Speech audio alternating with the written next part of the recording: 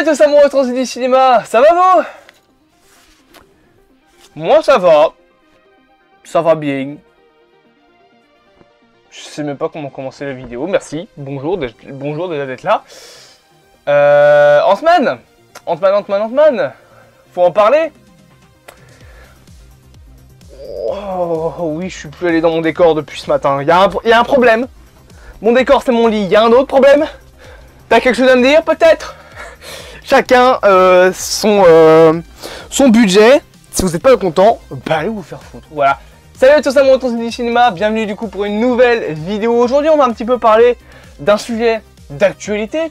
Ant-Man et la Guêpe Quantumania sort officiellement demain et ça va être la merde parce que j'ai un rendez-vous médical très important que je ne peux pas rater, que je dois avoir, donc bon, et c'est un petit peu compliqué de le faire, mais bon, c'est pas grave. La critique sortira bien évidemment le jour même, hein, ça changera pas. Mais bref, du coup, Ant-Man et la Guêpe Quantumania, on en a parlé, on a théorisé dessus, on a fait plusieurs vidéos qui vous ont énormément plu sur le film. Et il est temps de parler de nos dernières attentes concernant Ant-Man et la Guêpe Quantumania. Alors on ne perd pas plus de temps, on est parti, let's go. Reparlons une dernière fois de ce film avant la critique finale.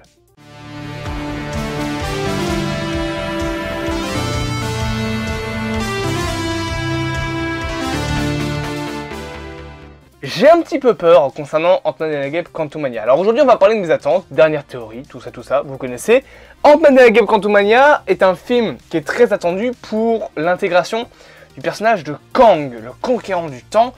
Sa deuxième intégration au MCU, parce qu'il avait déjà été montré une première fois. Je vais baisser la luminosité de ce côté-là, j'ai l'impression qu'elle est trop forte. Pareil de ce côté-là aussi. Donc Ant-Man et la Guêpe Quantumania va être l'introduction d'un Kang beaucoup plus puissant que celui qui demeure, version de Kang gentil entre guillemets qu'on a vu dans la série Loki.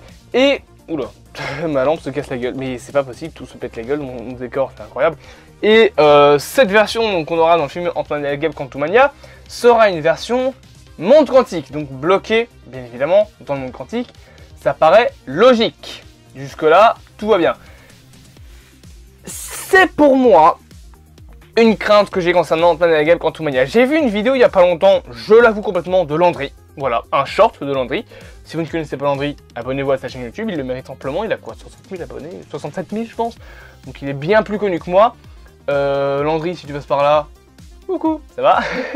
Du coup, il avait dit un truc que je trouve vrai, c'est que la quasi-totalité, enfin non, en fait, non, tous les films Ant-Man n'ont entre guillemets servi qu'à être des introductions pour quelque chose de plus grand ou pour quelque chose d'autre dans le MCU.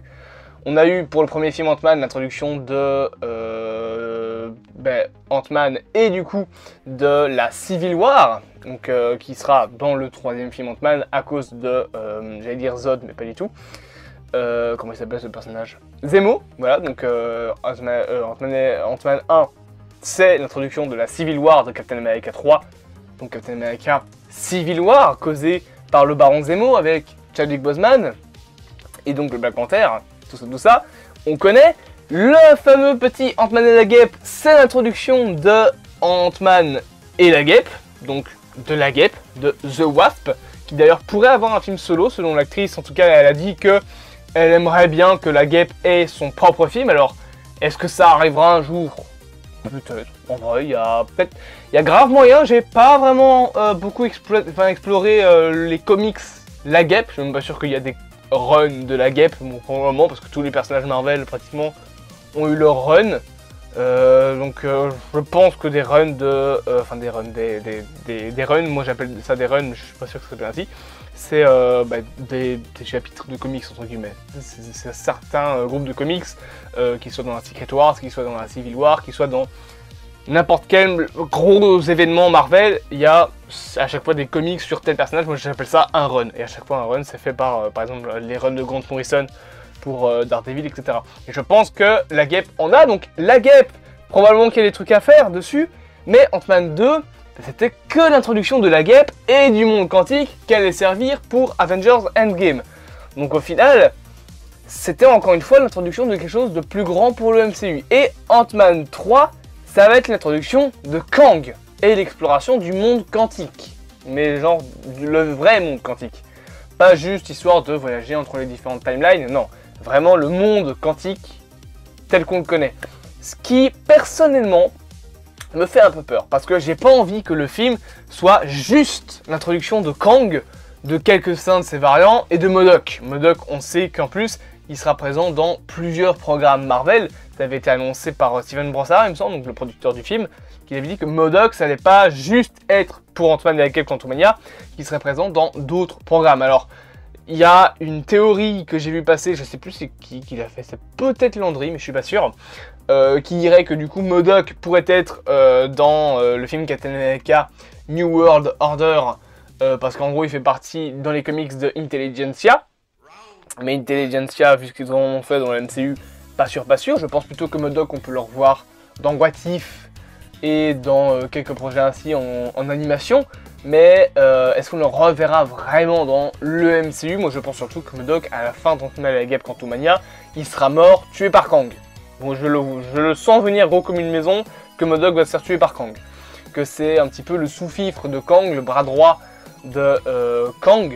Et que quand ce dernier va en avoir marre de lui, il va le zigouiller et vas-y, j'ai plus besoin de toi, tu me casses les couilles. Je pense sérieusement que ça va être la manière de faire avec MODOK, parce que MODOK c'est un personnage ultra secondaire dans le MCU, peut-être pas dans les comics, et encore, franchement dans les comics, il y a 300 fois plus important que lui, mais voilà, ça va pas être le personnage de Marvel, et surtout ça va être probablement un gros comic relief qui est juste là pour être une sorte de menace en certains moments, peut-être, mais pour être surtout juste un comic relief, un mec dont tout le monde va se moquer pendant tout le film. C'est MODOK, c'est probablement comme ça qu'il sera traité, mais ma crainte principale en fait c'est vraiment que juste Ant-Man et la Guêpe Quantumania va être l'introduction de Kang, et c'est tout. Alors, il y a aussi un autre truc, c'est pas vraiment une attente, mais je sais que ce sera comme ça dans le film, c'est concernant les casses. Dans tous les programmes où il y a Ant-Man, on parle de voler quelque chose. Dans Ant-Man 1, il faut voler la technologie PIM qui a été volée. Dans Ant-Man 2, il faut voler... Je sais même plus ce qu'ils volent dans Ant-Man 2, mais ils volent un truc.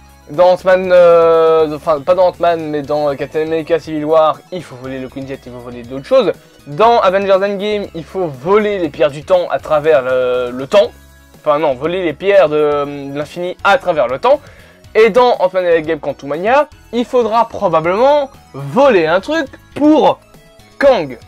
Pour qu'il puisse le foutre dans sa chaise et voyager à travers le temps et l'espace. Pour moi, d'ailleurs, ce sera ça le scénario. Ant-Man qui sera obligé par Kang de travailler pour lui, pour aller voler un outil, ou du moins le miniaturiser grâce à la technologie PIM. Une fois miniaturisé, ça donne la boule qu'on voit que Kang met dans un objet dans le premier trailer, il me semble. Et je pense que cette boule, ça va être justement l'énorme sphère qu'on voit à un moment exploser. Est-ce qu'elle explose vraiment, ou juste est-ce qu'elle est miniaturisée à ce moment-là, je ne sais pas. Et que Kang, après, enfin Ant-Man probablement va pas vouloir la donner à Kang, il va faire non au final, je te la donne pas, va te faire foutre. Et Kang du coup veut dire bah très bien, bah je te pète ta gueule et je la prends quand même, je m'en fous. Ça je pense que ça sera un très gros, dans les grosses lignes, le scénario du film, qui est pas mauvais, qui est pas inintéressant. Mais encore une fois, tout repose sur Kang. Et c'est un petit peu un problème. C'est que les films Ant-Man, excepté pour introduire quelque chose de plus grand, bah ils sont pas, c'est pas spécialement des films super intéressants. Ant-Man 1 était drôle, mais c'est dans cette vibe des films du MCU, du début du MCU, où j'ai pas vraiment beaucoup de souvenirs. Il y a plein de gens qui disent oui, le MCU c'était mieux dans les phases 1, 2, 3. Je suis désolé, j'ai 100 fois plus de souvenirs de la phase 4. Alors, est-ce que c'est parce qu'elle est plus récente? Peut-être. Mais j'ai 100 fois plus de souvenirs, par exemple, d'un Spider-Man No Way Home, d'un Doctor Strange, d'un Wakanda Forever, d'un Thor Love and Thunder, et surtout de bons souvenirs de ces films-là, qu'un Captain America 2, qu'un Thor 2, bon là je prends pas le bon exemple, qu'un Iron Man 2, encore une fois mauvais exemple, même qu'un Avengers 2, Avengers l'ère d'Ultron, franchement, excepté Ultron et la Sokovie, parce que là où ils ont tourné la Sokovie, j'y suis allé en voyage, c'est un château en Italie, je suis vraiment rentré dedans, voilà, sachez-le. Excepté ça, bah, Avengers, l'ère d'Ultron, voilà quoi. m'a pas vraiment touché plus que ça. Alors oui, les films sont pas mauvais, c'est pas parce que j'en ai pas de grands souvenirs qui sont mauvais. Juste Ant-Man, c'est un petit peu dans cette vibe des films du MCU d'avant, où tu les regardais, ils étaient bien, ok. Le 2, moins ou plus meilleur que le 1, ça dépend des points de vue. Moi, personnellement, il m'a encore moins marqué que le premier. Voilà, sachez-le, Ant-Man et la Guêpe, Quantumania... non, pas Quantumania, le 2. Donc Ant-Man et la Guêpe, pas vraiment très marquant, pas vraiment très intéressant. Ant-Man un peu plus intéressant. Mais ils étaient dans cette vibe de Marvel, où c'était des films qui étaient assez oubliables, finalement, en fait.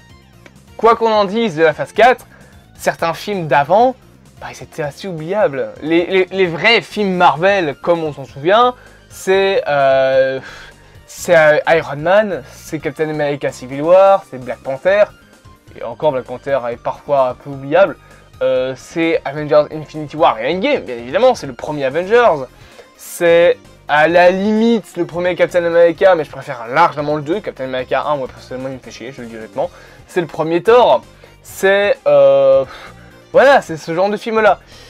Les Ant-Man ne font pas partie de cette catégorie-là.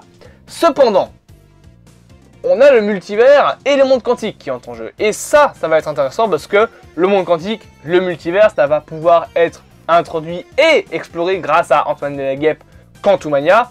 Et on va potentiellement pouvoir explorer également le côté de ces personnages qui s'en veulent. Parce que tu as l'impression dans le film que tous les personnages ont quelque chose à se reprocher à eux-mêmes. Et je pense que ça va être un point central dans le côté émotif du film, dans le sens où tu as Scott Lang qui a à se reprocher le fait de ne pas avoir été assez présent pour sa fille, parce qu'il est allé en prison, parce que c'est un Avengers, parce que ci, parce que là. Donc lui, il a ce truc-là qu'il a contre lui. Cassie Lang nous a tous foutus dans la merde en créant un portail vers le monde quantique, le monde subatomique, donc elle va avoir probablement ce poids-là dans tout le film de se dire « Ah, mais tout ce qui peut se passer, potentiellement, ça va être ma faute ». Si Kang gagne, si le monde quantique est détruit, si le monde réel est détruit, toutes ces choses-là, elle va pouvoir se le reprocher à elle-même.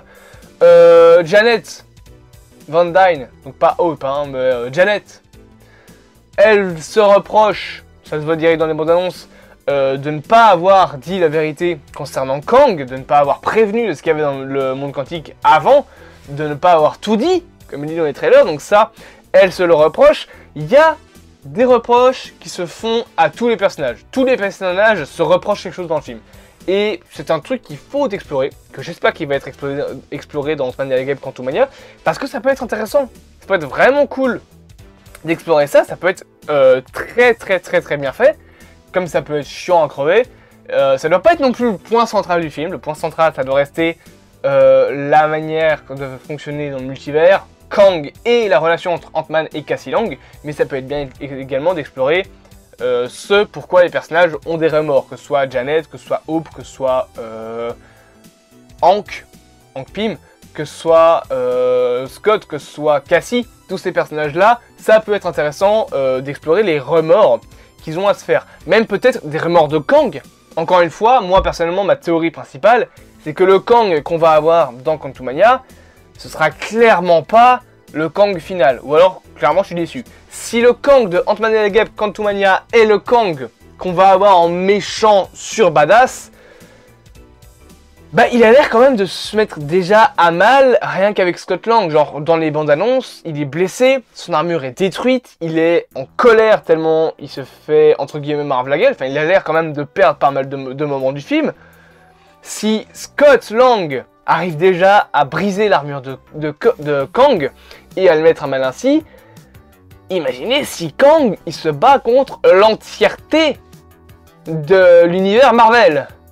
Alors, dans les séquences qu'on a pu voir, il y a eu des séquences qui ont fuité, des trucs des anciens trailers qui ont fuité où tu as Kang qui dit est-ce que je t'ai déjà tué? Genre il a tué plein d'Avengers, il a tué un Thor, il a probablement tué déjà Iron Man, il a probablement déjà tué Ant-Man, il a déjà probablement tué plein d'Avengers.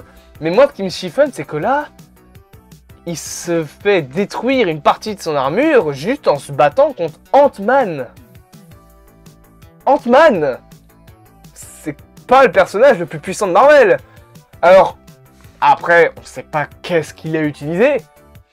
Surtout qu'en plus, il a l'air de cette fight contre Ant-Man à sa taille normale. Donc imaginez Ant-Man qui se bat contre Kang, à sa taille minuscule où tu vois pas où il est, ou à sa taille gigantesque où tu peux pas éviter son pied parce que son pied fait 30 mètres. Voilà, j'ai l'impression que c'est pas vraiment le Kang final. Ça n'a pas l'air d'être le Kang final. Et moi, personnellement, encore une fois, ma théorie principale, ça va être qu'à la fin du film, Ant-Man et Kang vont partir chacun de leur côté, et que dans les scènes post-génériques, tu vas voir ce Kang-là arriver dans un univers où il va dire « Chouette, je vais pouvoir tuer tout le monde », et se faire exploser la gueule par le véritable Kang final du MCU, qui lui va dire « Tiens, ta machine, elle m'intéresse, tiens, je te tue, et je vais buter tous les Avengers ». Et ça peut être intéressant comme scène post-crédit. J'ai déjà vu des commentaires de certaines personnes, dont je me souviens plus le nom par contre, qui m'ont dit que cette post-crédit-là était intéressante. Et je pense que ça va se faire ainsi. Parce qu'encore une fois, je ne vois pas ce Kang-là être le Kang final du MCU. Je peux complètement me tromper, peut-être que ce sera lui.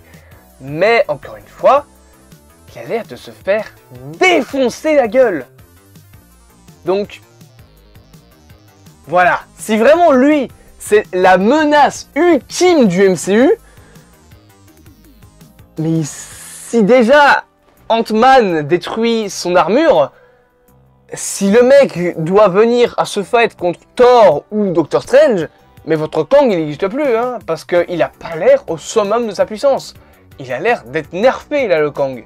Donc non, à mon avis, ce Kang n'est pas le Kang final du MCU, il y aura probablement un autre Kang. Voilà. Sinon, j'ai pas plus d'attente que ça. Je le dis honnêtement, de toute façon là je pense que tout ce que j'avais à dire a été dit. Encore une fois, j'espère que le film va être incroyable déjà premièrement, hein, que la phase 5 va démarrer sur les chapeaux de roue. Alors oui, les critiques françaises, parlons-en et puis on termine la vidéo là-dessus. Je les emmerde. je les emmerde. Donc, clairement, les critiques professionnelles, pas les youtubeurs, les critiques professionnelles françaises, je les emmerde. Amicalement, cordialement, mais je les emmerde. Parce que la dernière fois que j'ai vu les critiques françaises, c'était sur Jurassic World Dominion. Vous m'excuserez, vous me dites ce que vous voulez sur Jurassic World 3, mais les gens qui ont fait les critiques pro de ce film sont à 100% à côté de la plaque. À 1000%. Et là, ce qui me frustre encore plus, c'est que les critiques françaises, une partie, défoncent le film en disant « Oui, Ant-Man et la Guêpe, c'est le pire film du MCU » et de l'autre côté, t'as les Américains qui disent « Non, mais Ant-Man et la Guêpe, il est génial !» Faut croire qui? Les cow-boys ou les Français? Les cow-boys. Non, c'est raison, les Américains ou les Français? Donc, morale de l'histoire, ne faites jamais confiance aux critiques françaises. Sauf pour Morbius. Là, ils sont pas ratés. Sauf pour Morbius. Mais non, sérieusement, ne faites jamais confiance aux critiques françaises. Elles sont très souvent soit payées par une autre entreprise, soit payées par l'entreprise elle-même qui a fait le film pour dire soit de la merde, soit du bien. Ne faites jamais confiance aux critiques pro-françaises, du moins une grosse partie des critiques pro-françaises. Il y a un média bien précis que j'ai en tête, mais je ne peux pas dire son nom parce que là je vais avoir des problèmes. Mais ce média-là est une merde de rang S. Vraiment, une merde de rang S. C'est pas possible d'être aussi faux. Voilà, je le dis honnêtement, c'est pas possible d'être aussi faux. Morale de l'histoire, ne faites jamais confiance aux critiques quand vous allez voir un film. J'espère que cette vidéo attente finale vous aura plu, bien évidemment. Je vous propose de vous abonner, de partager. Je vais être chiant 2 secondes, mais partagez, commentez. Bon, commentaire, en vrai, j'ai pas besoin de vous demander de commenter parce que y a les 30 mêmes personnes qui mettent à chaque fois plein de commentaires et on dépasse très souvent les 70 commentaires. Vous avez pas de vie. Vous avez aucune vie, vraiment. Parce que j'ai plein de pseudos en tête. Vous avez aucune vie. vous avez pas dit, parce que vraiment, il y a des gens, mais je comprends pas pourquoi, mais il y a vraiment une trentaine de personnes, plus ou moins, qui mettent à chaque fois plein de commentaires. Alors merci, bien évidemment, mais du coup, j'ai même plus besoin de vous dire de commenter, vous le faites. Donc voilà, mais partagez et likez en masse. Ça, c'est important. Il y a toujours ce problème des likes sur la chaîne. Je sais pas pourquoi, j'essaie de comprendre ainsi, mais YouTube me dit que c'est pas normal, YouTube me dit ci, YouTube me dit là. Voilà, et le partage c'est important parce que le mois de février est dur sur la chaîne.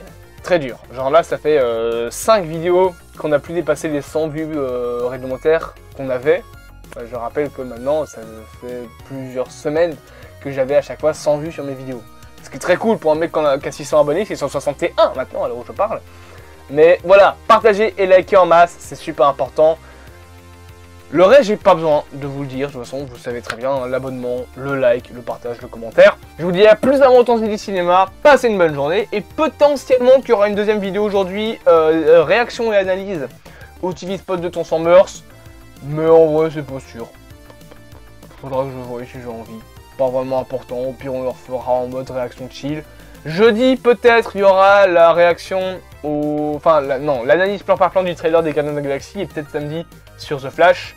Bref, la semaine est chargée. Je vous dis à plus avant temps du cinéma, passez une bonne journée, et à bientôt. Et j'ai failli me clapper la gueule, vraiment.